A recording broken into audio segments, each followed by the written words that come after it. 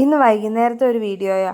വേറെ പണിയൊന്നും ഇല്ലാതിരുന്നോണ്ട് മോള് വരുന്നതെന്ന് നോക്കിയിരിക്കുക. അവളിങ്ങ് വന്നാൽ മതി എന്നായിരുന്നു. പെട്ടെന്ന് നോക്കിയപ്പോൾ വണ്ടിയും വരുന്നു. ആൾ സാധാരണ വണ്ടി പടിഞ്ഞാറ് കൊണ്ടുപോയി നിർത്തിയിട്ടേ ഇങ്ങോട്ട് വരുത്തോളായിരുന്നു. ഇന്ന് പക്ഷേ വണ്ടി ഞാൻ ഇരിക്കുന്നതുകൊണ്ടാണെന്ന് തോന്നുന്നു വണ്ടി അവിടെ നിർത്തി ആളെ ഇറക്കിയിട്ടാണ് തിരിച്ചു പോയത്. അങ്ങനെ ആൾ കൂട്ടുകാർക്ക് ടാറ്റയൊക്കെ പറഞ്ഞിട്ട് നേരെ പോയി ബാത്റൂമിൽ പോയി കുളിച്ച് ഫ്രഷായി ഇറങ്ങി. അപ്പോഴത്തേക്കും ഞാൻ കുറച്ച് ജ്യൂസൊക്കെ ഉണ്ടാക്കി വെച്ചിട്ടുണ്ടായിരുന്നു. അതൊക്കെ കൊടുത്തിട്ട് ഞാൻ ചോദിച്ചു, ഇന്നത്തെ ചിത്രരചന കോമ്പറ്റീഷൻ എങ്ങനെ ഉണ്ടായിരുന്നു? നാളെ പരിസ്ഥിതി ദിനത്തോടനുബന്ധിച്ച മത്സരം ഉണ്ടായിരുന്നു. അപ്പം പറഞ്ഞു, ഞാൻ നന്നായിട്ട് വരച്ചമ്മേ, നല്ലതായിരുന്നു, മരം വരച്ച് കാട് വരച്ച് എന്നൊക്കെയാണ് പറഞ്ഞുകൊണ്ടിരിക്കുന്നത്. അതിൻ്റെ കൂടെ എനിക്ക് എന്നോട് പറഞ്ഞ് ജ്യൂസ് ഉണ്ടാക്കി തന്നതിന് നന്ദിയെന്ന്. അങ്ങനെ അതിനാണ് ഞാൻ അതിന് ചിരിക്കുന്നത്. കുറേ നേരം അവിടെ ജ്യൂസൊക്കെ കുടിച്ചിരുന്നപ്പോൾ ഞാൻ പറഞ്ഞു, പെട്ടെന്ന് കുടിച്ചെണീറ്റ് ട്യൂഷനുണ്ട് 5 മണിക്കെന്ന് പറഞ്ഞാൽ അങ്ങനെ വേഗം ബുക്കൊക്കെ എടുക്കാനായിട്ട് ഞാൻ പോയി. അങ്ങനെ ആളുടെ ബാഗിൽ നിന്ന് ബുക്കൊക്കെ എടുത്ത് ബോക്സിനകത്ത് നോക്കിയപ്പോൾ ഉണ്ട് മായ്ക്ക് റബ്ബർ കടിച്ച് മുറിച്ച് കഴിച്ച് വെച്ചേക്കുന്നു. അങ്ങനെ പിന്നെ ഞാനതിനെ അതെടുത്ത് ചോദിക്കുക, ഇത് ആരാ മായ്ക്ക് റബ്ബർ കടിച്ചത് എന്ന് വഴക്ക് പറഞ്ഞുകൊണ്ടിരിക്കും അമ്മ. ആൾ ചെയ്യുന്ന കാര്യത്തിനല്ല ആളിങ്ങനെ കുനിഞ്ഞിരിക്കും. ആളല്ല അത് ചെയ്യുന്നതെങ്കിൽ അന്നേരം സ്ട്രോങ് ആയിട്ട് പറയും, ഞാനല്ല ഇന്ന ആളാ ചെയ്തതെന്ന്.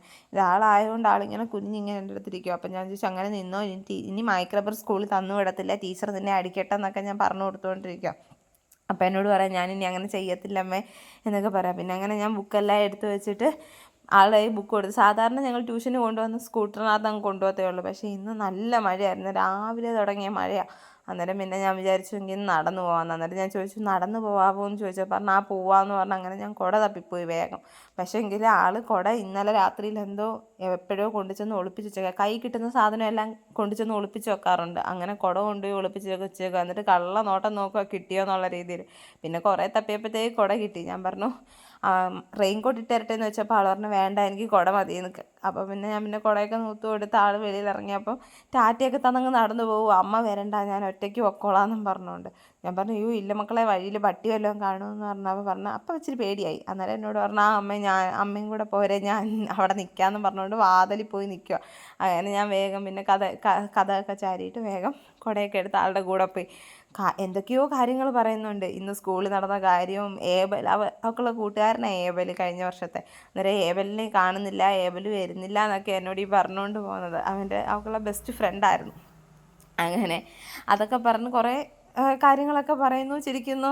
ആൾക്ക് ഭയങ്കര നാണം വരുന്നത്. ഞാൻ വീഡിയോ എടുക്കുന്ന കണ്ടുകൊണ്ട് മുഖമൊക്കെ മറച്ചു വെക്കും. അമ്മ എന്തിനാണ് വീഡിയോ എടുക്കുന്നതെന്നൊക്കെയാണ് ചോദിക്കുന്നത്.